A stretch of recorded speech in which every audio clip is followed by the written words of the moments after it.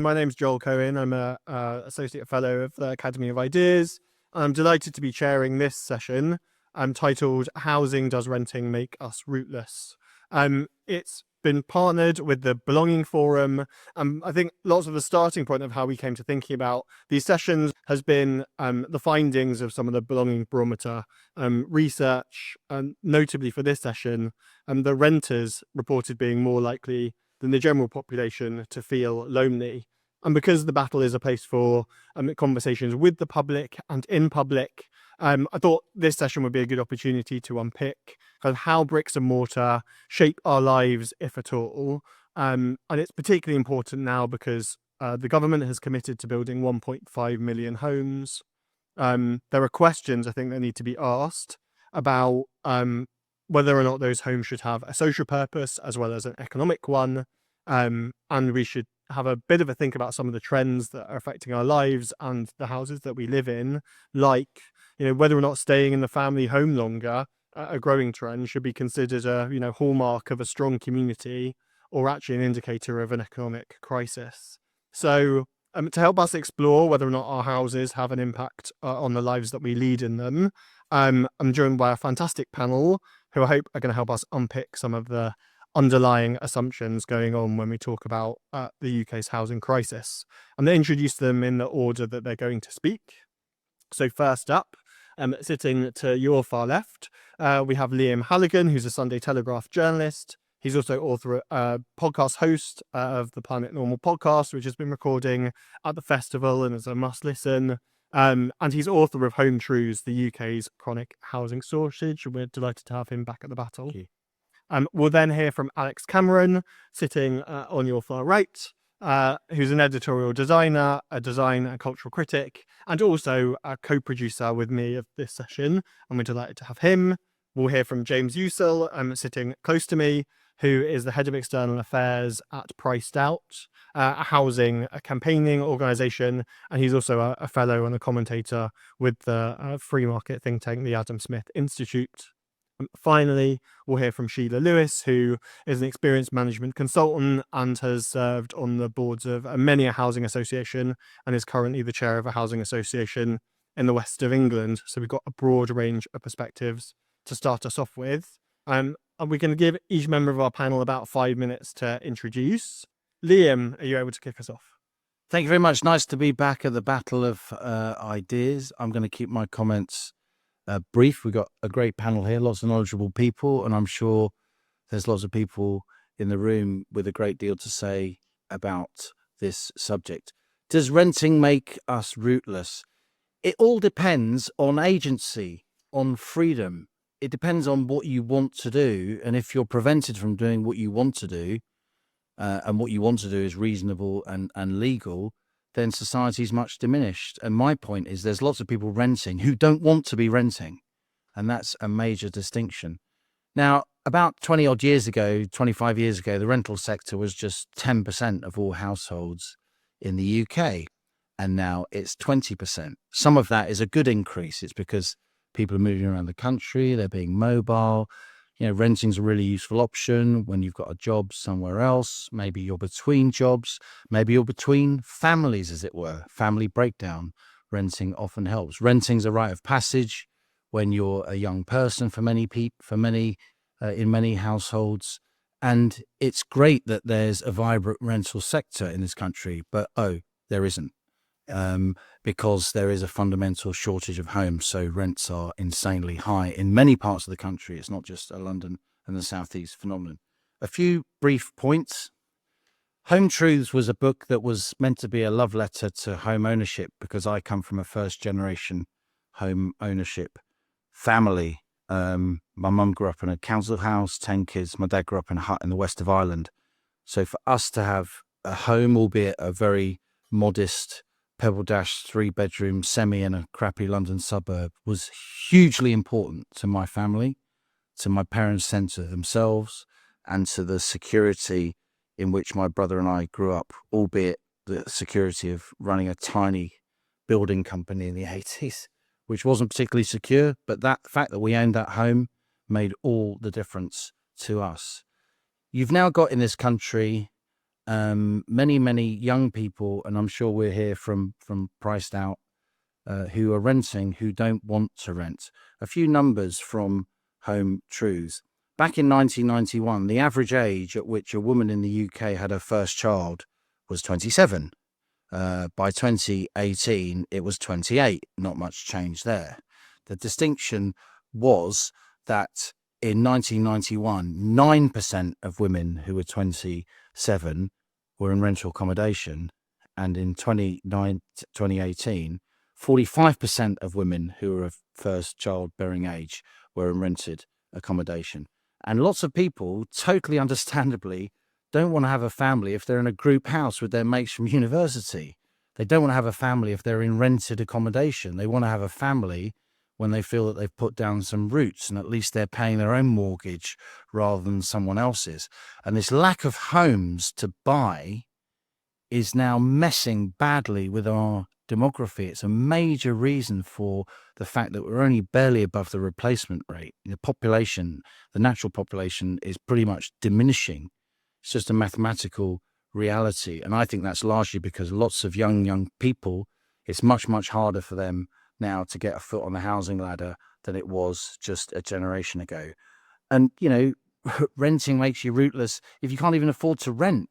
I mean, a third of people under the age of 30 are still living with their parents. Now, in some cases, that may work really well. For some people, I'm not poo-pooing that in any way, but the increase in the number of people who are living with their parents into adulthood is now so sharp, and it's becoming part of folklore, and you're getting very rightly vociferous lobby groups of young people saying, we want to buy a house. Why can't we just have the opportunity to buy a house the way our parents did? Well, the reason you can't is because when I bought my first property, the average house in the UK was 3.4 times average annual earnings. And the average house in the UK is now 8.9 times average earnings. That's why.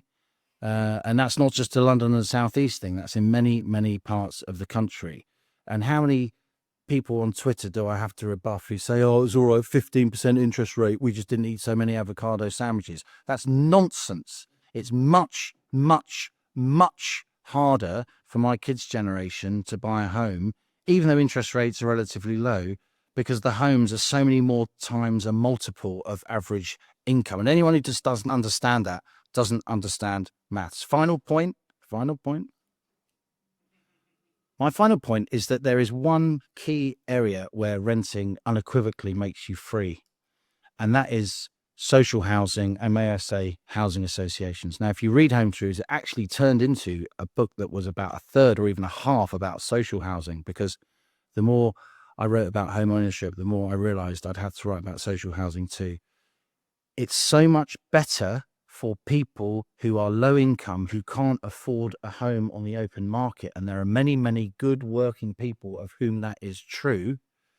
If they have their own house that the state owns, or a sort of quasi-state organization, we can talk about the definition. There are many different versions of what a housing association actually is.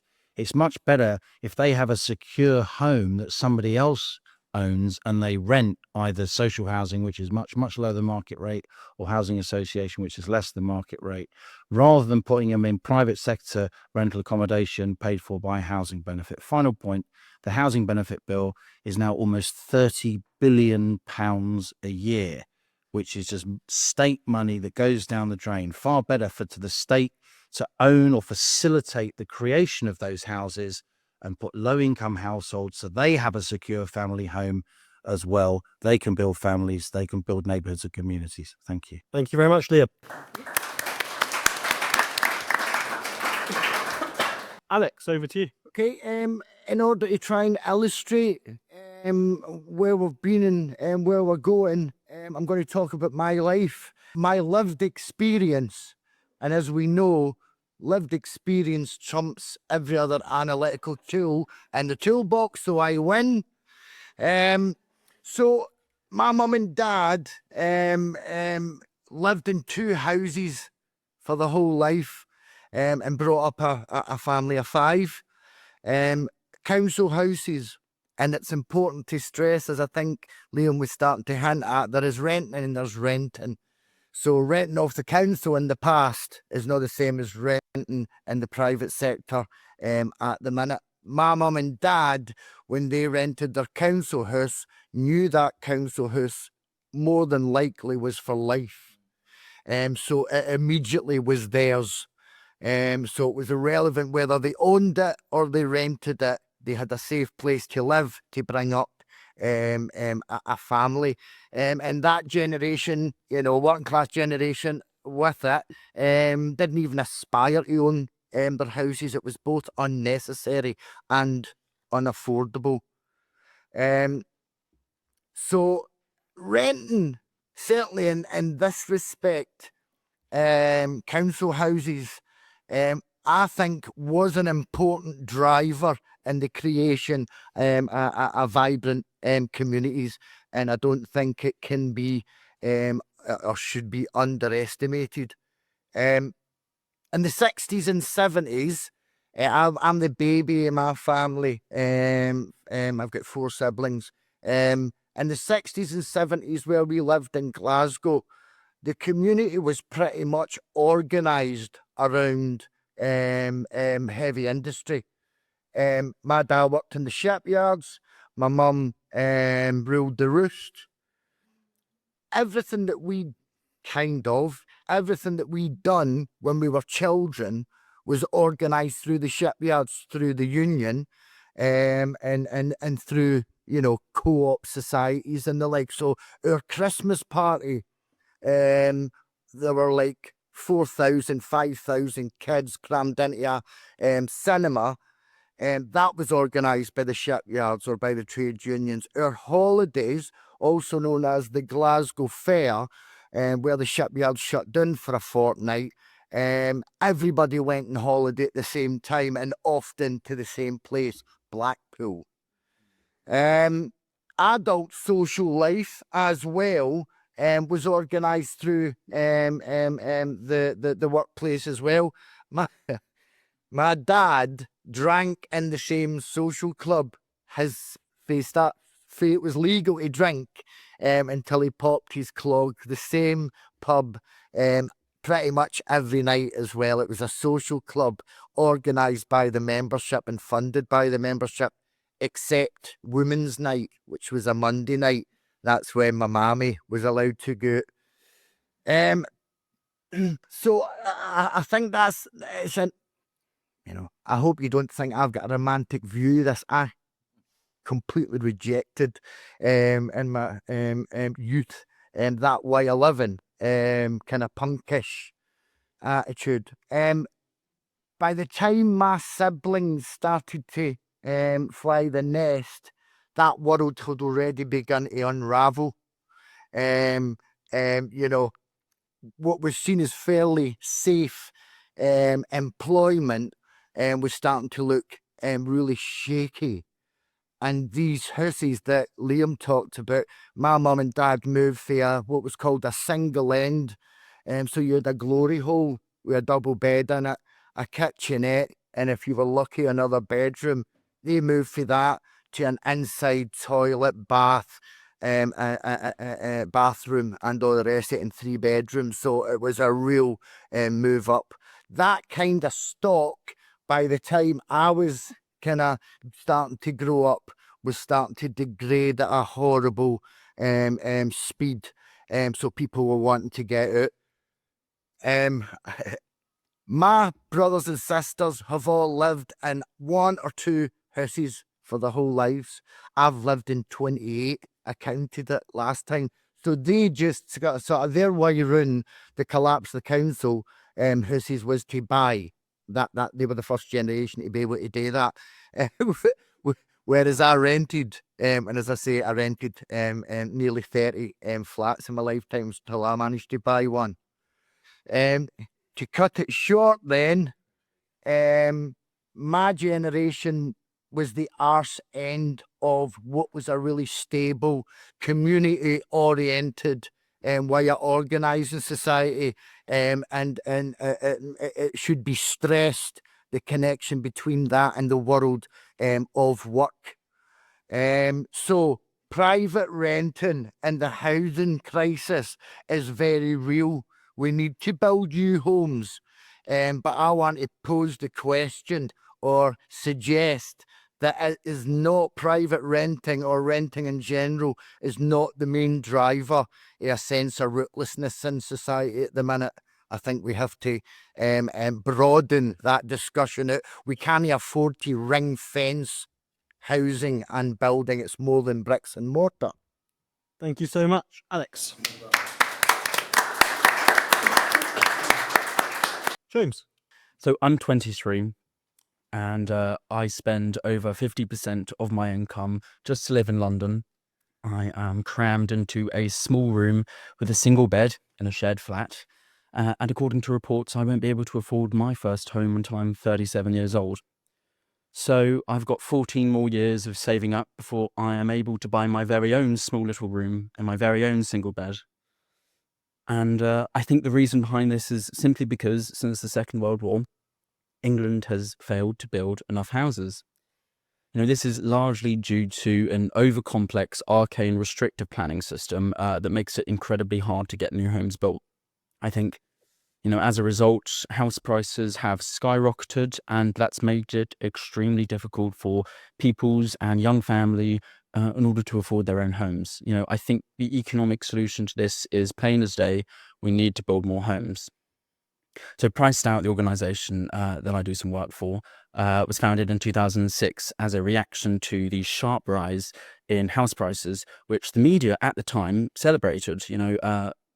For instance, in 2003, The Guardian called lower house prices gloomy, and they would often celebrate when the business, the industry was booming. The Financial Times were one and the same as well.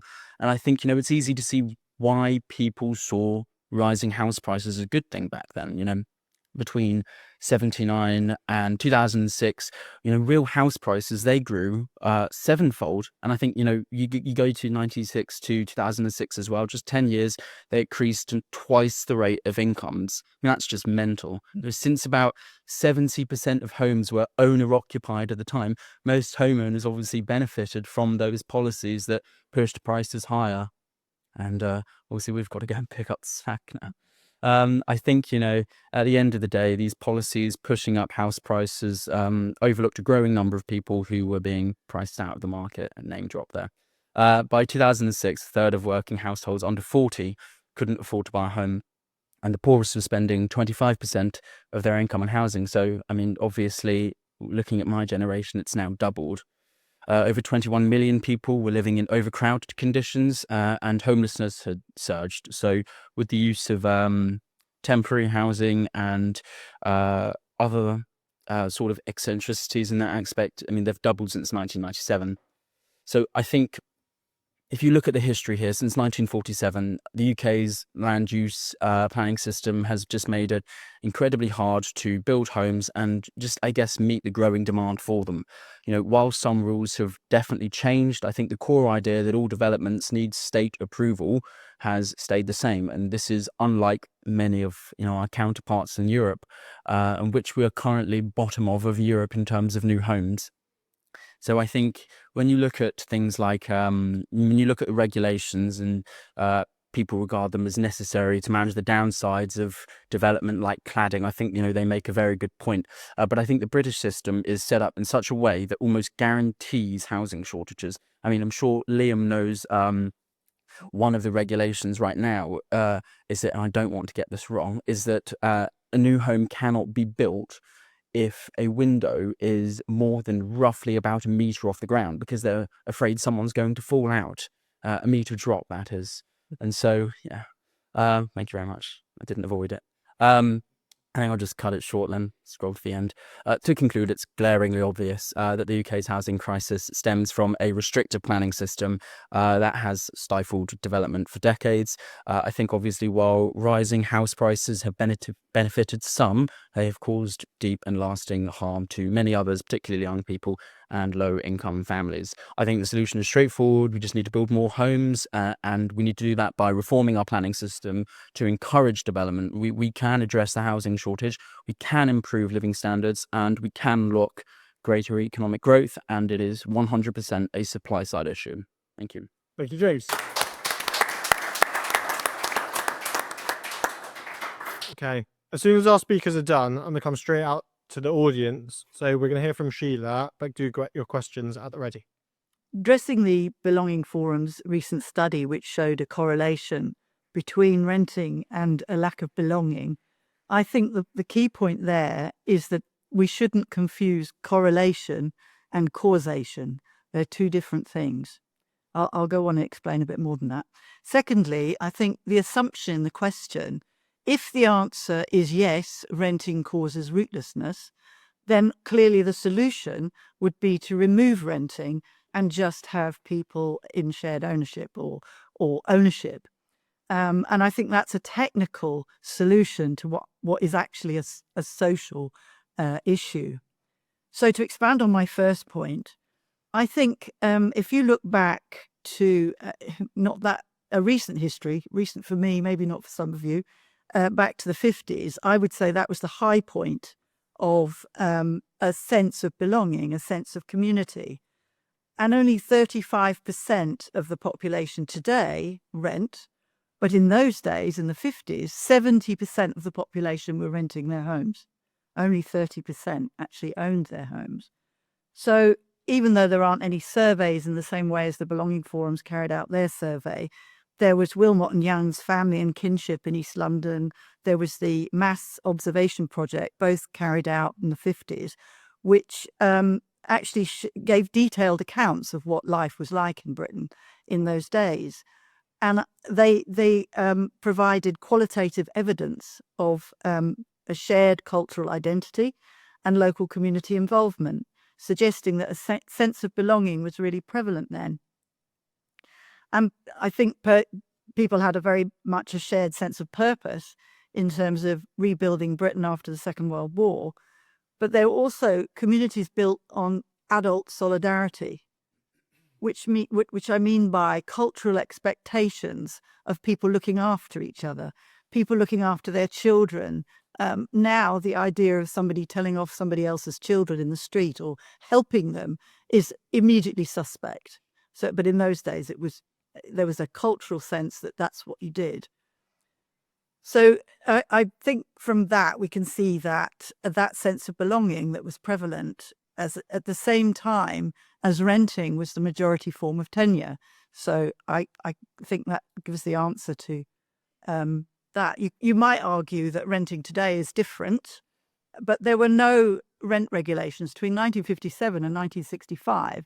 There were no regulations, virtually no regulations. They were introduced again in 1965 at the end when Rackman, the appalling landlord, when they felt they had to do something about him. So again, you might say, well, there's a short hold tenancies now, which is the longest you can be probably is 12 months. And you might get asked at the end of your fixed term period to move after 6 months. But I don't think that is the cause of people feeling rootless. So on my second point about a technical solution to a social problem, it isn't just about place. Feeling a sense of belonging isn't just about place. Place has a part, but I think it's a major part of it is about social element, the social context. So sense of belonging comes from shared values and experiences rather than solely identification with place.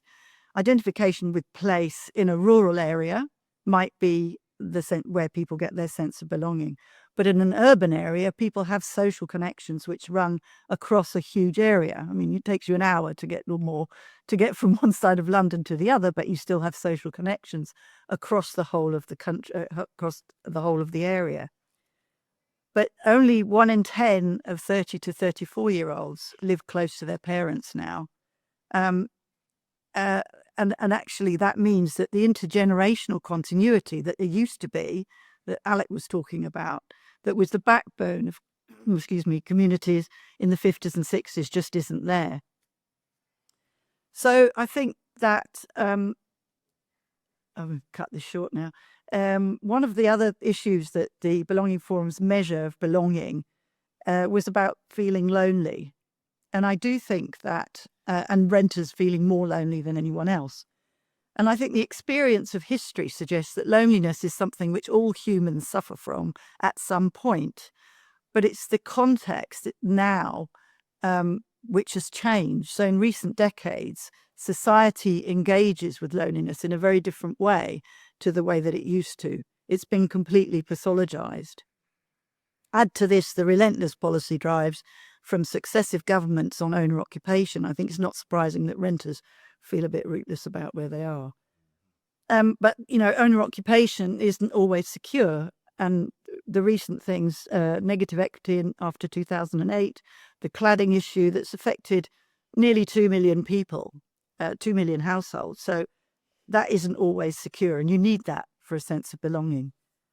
So I think as long as we don't have adult solidarity and we don't have neighbourly expectations, the community is more and more divided than ever. Neighbours not talking to each other. If they found out you voted Brexit, they'd stop talking to you. If they found out you weren't for lockdown, you thought life should go on, people stopped talking to you. And it's the current culture war, I think, that divides communities. It isn't about a form of tenure. Thank you so much, Sheila.